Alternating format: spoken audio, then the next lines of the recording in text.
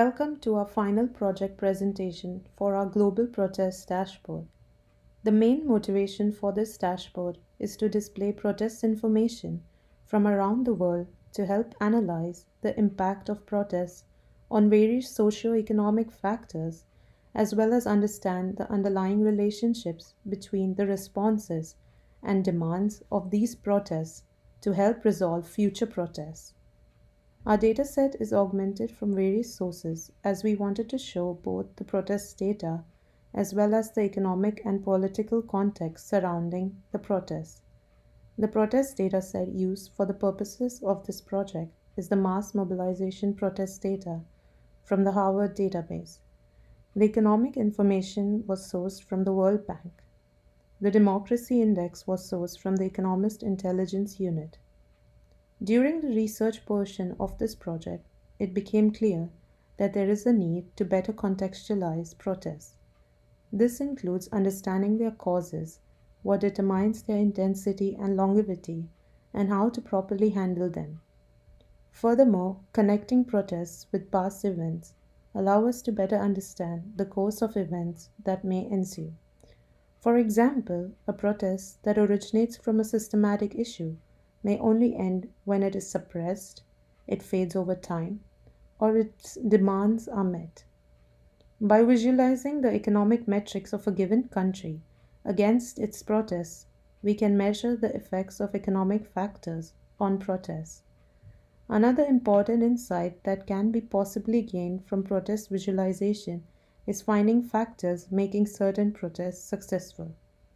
Let us now take a look at our data dashboard. So we have chloropleth map here, just showing the number of protests. There's a key to the left where we can see that the darker the color, the more protests are happening in that area. We have a line graph here, a matrix of line graphs that shows all various economic indicators as well as some political ones.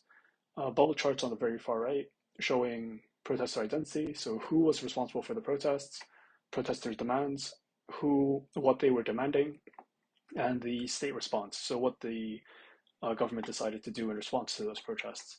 The table here provides additional detail that we could not fit into the bar chart. So if you want to investigate a specific country, specific year, and look up specifically what the protests were about, then all of the descriptions and information is down here. The very left, we have a PCP chart. This is can be ordered by user interaction.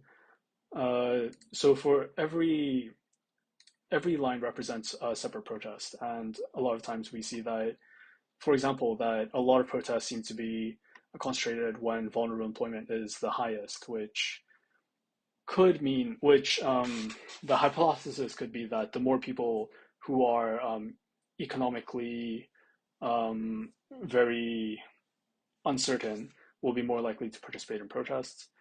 And well, of course, all of these can be ordered to examine correlations. And sometimes these correlations are different between countries. And at the very bottom, we have a stacked bar chart where the pink indicates violent protests and the blue indicates non-violent protests. And we notice that across these different countries, protests always come in waves. So there will be many years without significant protests before some sort of event or incident triggers a sudden sharp increase in protests. So looking at China right now, we see that between 2003, 2004, 2005, there's a large number of protests. And then 2012, there is another spike in protests. And then most recently in 2019, another huge spike in protests. Interesting that most of these are violent protests. Well, a larger fraction of these are violent protests than previous spikes. When we look at a country like France, we can see that, well, it's the same deal where in 1995, there seems to be a spike. 1998, another spike. 2008. Although France in general just seems to have a consistent level of protests across the entire timeline. Or a country like Brazil, where suddenly in 2013, there is a large number of violent protests. So looking at Brazil specifically, what we can do is, so all of these indicators are specifically for Brazil. We can look at, say, 1992. So the bar chart is brushable. 1992, there is more detail regarding, so this is against president's involvement in corruption. We choose to ignore. The state chooses to ignore. The demand is the removal of politicians. Thousands of Brazilians in several cities took to the streets Tuesday. So in 1992, it seems that the largest protest was regarding the removal of politician. Protest identity were Brazilians, and there is eventually an accommodation at some point here. General strike, accommodation, the Brazilian doctor strike, general strike. Right, so we get a better idea of how the protests break down within the year. So we can examine specific waves. Looking at 2013, there was another huge spike. We look for violent protests.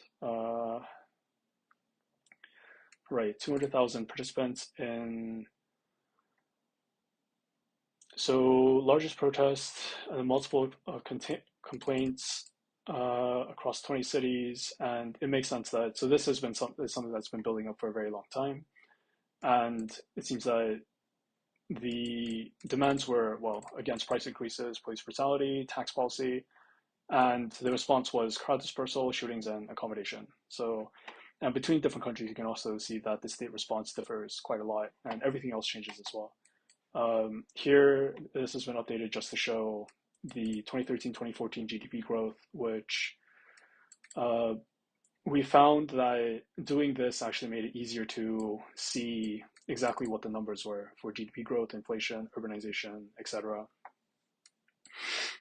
And if we look at somewhere like Thailand, then, oh, and another feature is that when we do select a link brushing, then it shows it updates the map as well. So if we just select, say, the period from 2013, then this map right now just shows the protests that are happening in the world in 2013. So in this example, Germany only has 20 protests, but if we were to link brush the entire map, then we see that Germany is dark again, 357 across the entire timeline.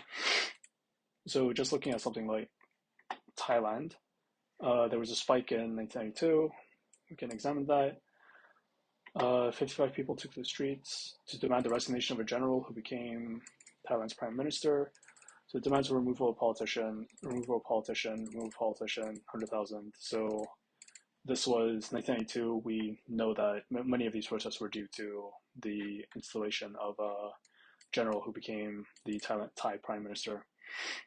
And overall, there's a lot of information that can be gotten just from examining the different countries and what caused certain protest waves by interacting with the bar chart and looking at the context. So, for example, in Thailand, if we were to select everything, then we notice that the democracy index sharply declines in 2013. And looking here, roughly 2013 is where there is another huge spike in protests, and we can make these correlations, hypotheses between the different factors and with the segmented bar chart. And overall, there are a lot of interactive features that allows users to do personal investigations and understand more of the context that surrounds the protests, not just the events that might trigger it.